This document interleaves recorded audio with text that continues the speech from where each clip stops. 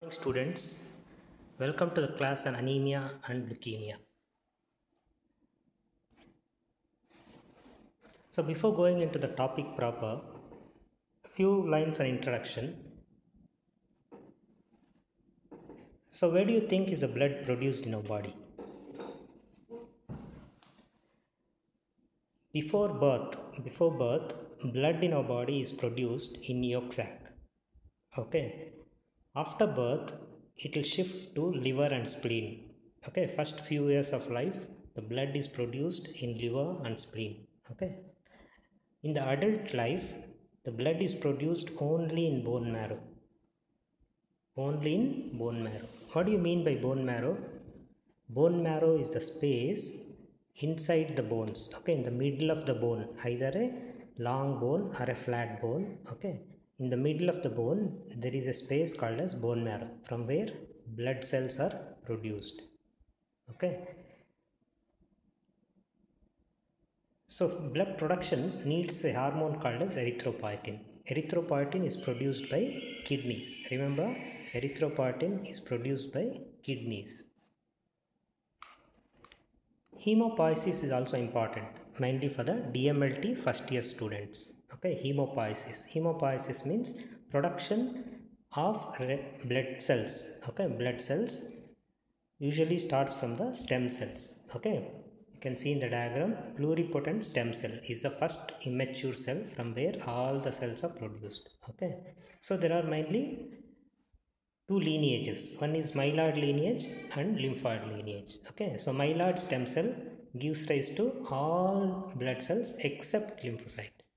Okay, lymphocyte is produced from lymphoid stem cell. So remember, DMLT students, you have a question usually in the exams, okay, based on hemopoiesis. So remember, myeloid stem cell gives rise to RBCs, platelets, monocytes, neutrophils, basophils, okay, and eosinophils, whereas lymphocytes are produced from lymphoid stem cells. RBC indices is again important question for both BSc first year and DMLT first year. So RBC indices are few measurements, okay, which will tell you about the RBCs. So hemoglobin usually see present in the RBCs. So one of the RBC indices is hemoglobin. Normal values are 14 to 16 gram per deciliter in males, 12 to 14 gram per deciliter in females. Okay, all these numbers are very important and basic. Okay, so all of you should try to remember these. The next is packed cell volume. Packed cell volume is again a 5-mark question. Okay, all of you should know. Packed cell volume is the amount of RBCs in a blood.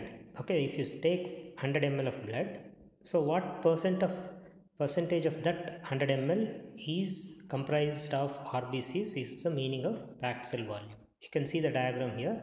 If you centrifuge 100 ml of blood, you will get RBCs in the lower part which settle down. Okay, so that volume is called as packed red cell volume, packed cell volume. It is usually expressed in percentage. Okay, in females it is 36 to 42%, whereas in males it is 39 to 45%.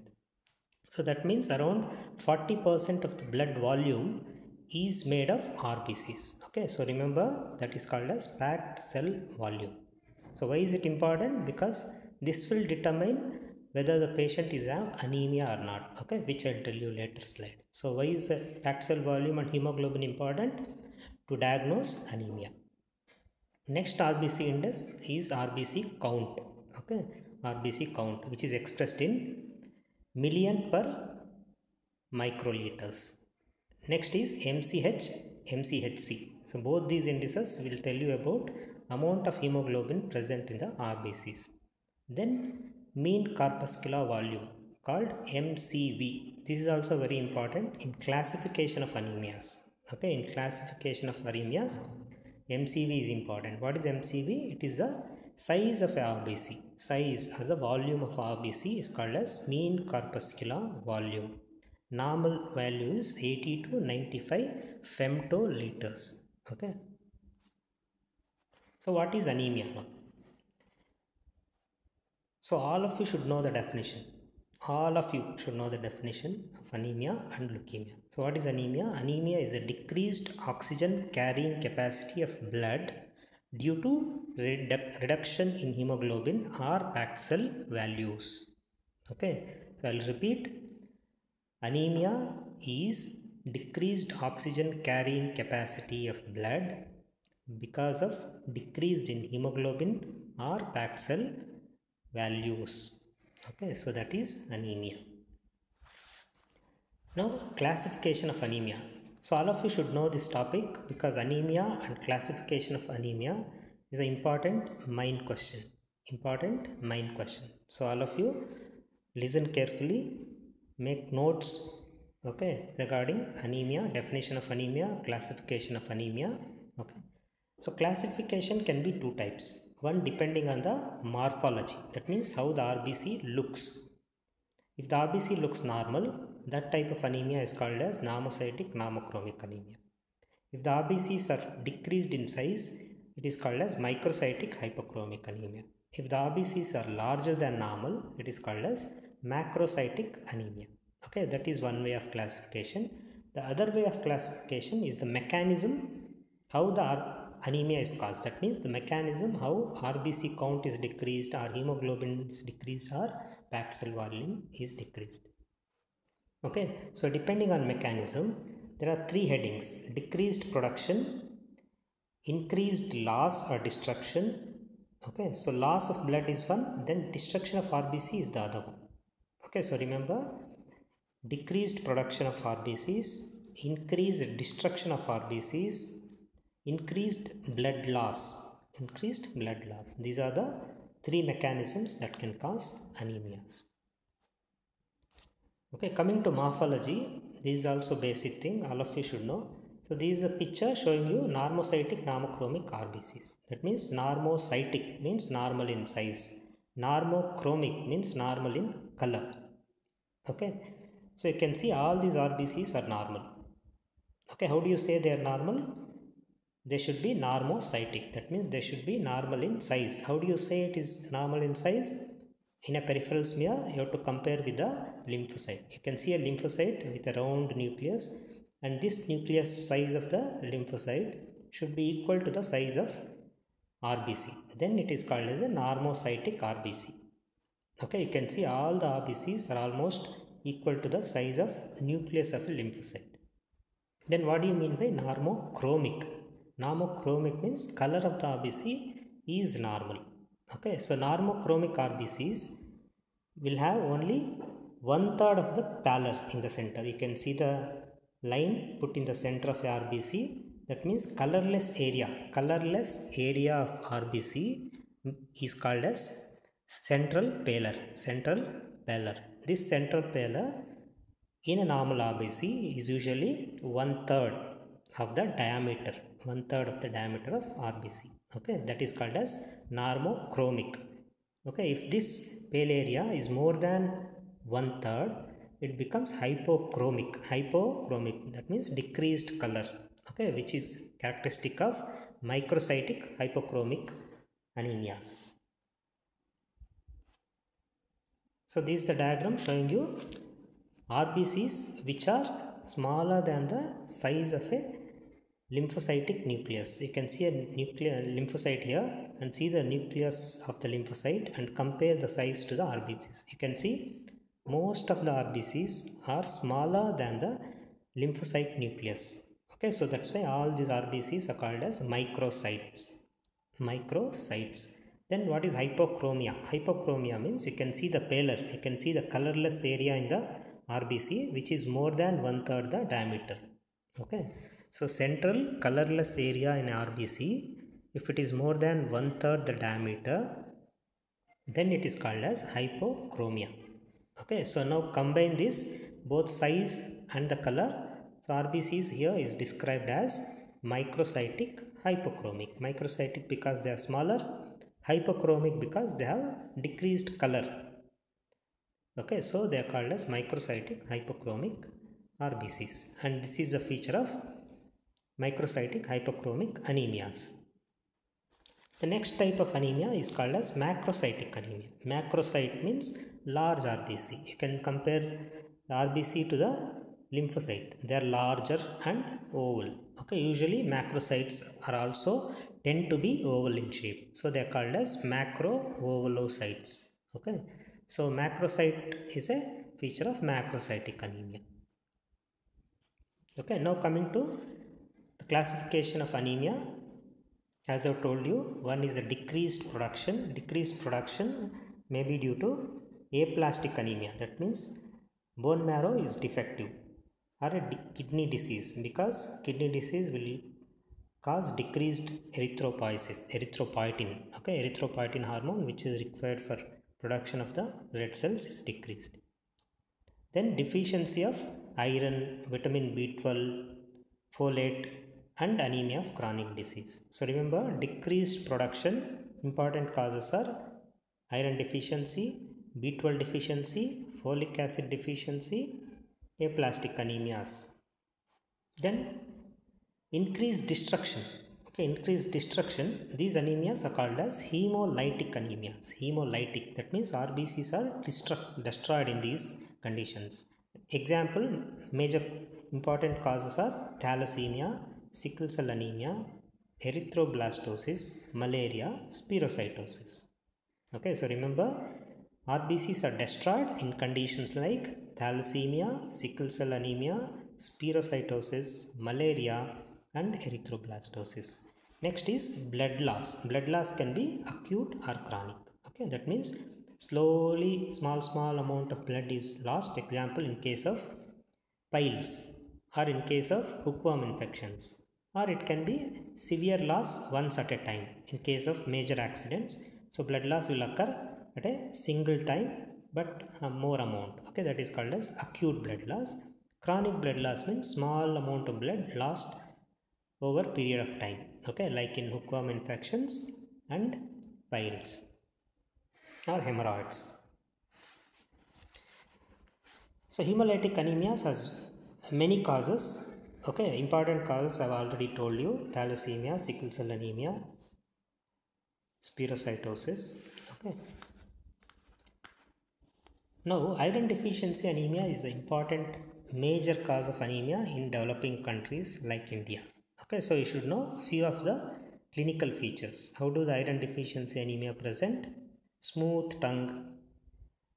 Chylonychia. Chylonychia means spoon-shaped nails. Spoon-shaped nails. Okay. So any anemia patient, either microcytic, macrocytic, the common feature is pallor. Pallor means paleness. Okay. Which can be seen at the bed of the nails or in the white part of the eye. Okay. If there is decreased red color, that is called as pallor. So laboratory diagnosis, peripheral smear is important. Peripheral smear is important, and RBC indices are important as okay. So peripheral smear will tell you whether the RBCs are less than the size of lymphocytes or more than the size of lymphocytes. Okay. So this is how MCV is important. Okay, mean corpuscular volume, that is size of the RBC. Why is it important? If it is 80 to 100, then it is normocytic normochromic condition.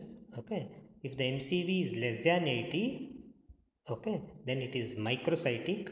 If the MCV is more than 100, it is macrocytic. Okay, macrocytic anemias causes are very few. Macrocytic anemia causes are very few. You can see the right side of the slide. Vitamin B12 deficiency, folate deficiency, and liver disease are the only causes of macrocytic. Whereas microcytic anemia, there are 4 to 5 important causes of microcytic anemia. So remember, iron deficiency anemia, sideroblastic anemia, anemia of chronic disease, thalassemia, and lead poisoning. Okay, very important, because iron deficiency anemia is most common in our country. So you should also remember which other conditions cause similar peripheral picture, so that you can diagnosis will be easy. So what are the causes of microcytic hypochromic anemia? Iron deficiency anemia is most important. Then thalassemia, sideroblastic anemia, anemia of chronic disease, and lead poisoning. So treatment depends on the cause of anemia. If it is due to iron deficiency, you have to give iron. If it is due to B12 deficiency, you have to give B12. If it is due to blood loss, you have to give blood and also stop the blood loss. Okay. So that's about anemias. So now coming to the next topic, leukemias. Leukemias means malignant proliferation of WBC cells, white blood cells. Okay, so leukemia means tumor. Leukemia means tumor arising from WBCs. Okay, so definition is malignant proliferation of white blood cells. So there are few terms which can be confusing. Example, lymphomas. Okay, lymphomas and leukemias both are tumors of WBCs. Okay, if the tumor arises from blood and bone marrow, it is called as leukemia. If the tumor arises from lymphoid tissue like lymph nodes and spleen, it is called as lymphoma. Okay, so don't get confused. But what is important for you is leukemias. Leukemia is the tumor of WBC cells which arises from the bone marrow and blood. Okay, so remember that. How do you classify leukemia? Leukemia can be classified into acute and chronic, and also myeloid and lymphoid. As I've already told you, WBCs are myeloid cells and lymphoid cells. WBCs can be divided into two types or two lineages, myeloid cells and lymphoid cells. Okay, so leukemia can also be either myeloid or lymphoid. So classification of leukemia, more detail here. So remember, leukemia is classified into acute and chronic. Acute means which presents suddenly is called as acute leukemia. Chronic leukemia which presents slowly is called as chronic leukemia. Acute leukemia is divided into acute myeloid leukemia, that is AML, and acute lymphoid leukemia, that is ALL. Okay, chronic leukemia is divided into chronic myeloid, chronic lymphoid, CML, CLL. So remember the four types of leukemias: AML, ALL, CML, CLL. Clinical features of leukemias. In leukemia, what happens? There is increased production of WBCs in the bone marrow. So when there is increased production of tumor cells, all other normal cells are suppressed.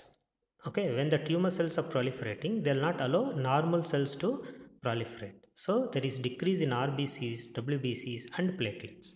So when there is decreased platelets, patient will present with bleeding. When there is decreased WBCs, normal WBCs, there will be increased infections leading to fever.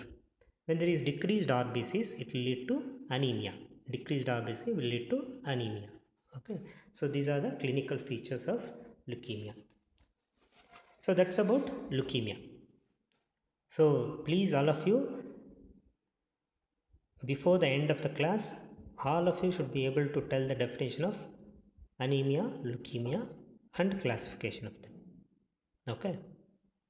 Now the next week there will be internal for you people. Okay. I'll upload the questions on 14th May. Okay. So you should be writing the answers and submitting the answers to my email address, that is bjnaveen@rediffmail.com. Okay. Within 1 or 2 days. Okay. Remember, the time will be only 1 or 2 days. Okay, if you submit later, it will not be considered. Okay, and I have also given few important questions for you to read in the following slides. Okay, so remember, next week you will be writing an internal exam. Okay, for BSc students, the topic is hematology, cell injury, inflammation. For DMLT students, it is only hematology. So send the answers either as a photo or as a PDF format or as a Word, whatever is the way. Okay, you can send it to my email ID. So please write down these important questions and read them. Okay, so they're very important for the exam point of view. So these are the questions for BSc first year. Around 20 questions are there. And these are the questions for DMLT first year. Around 22 questions are there. Okay. So all of you read, make notes for all these questions. Okay. Because these questions are important, and if you make notes, it will be useful for your final examinations. Okay. And remember you have a internal exam next week. Okay. So next week, 14th May, I'll be uploading the video with the question paper. And you will answer those question paper and send the answers to my email ID. Okay. Thank you. Read well.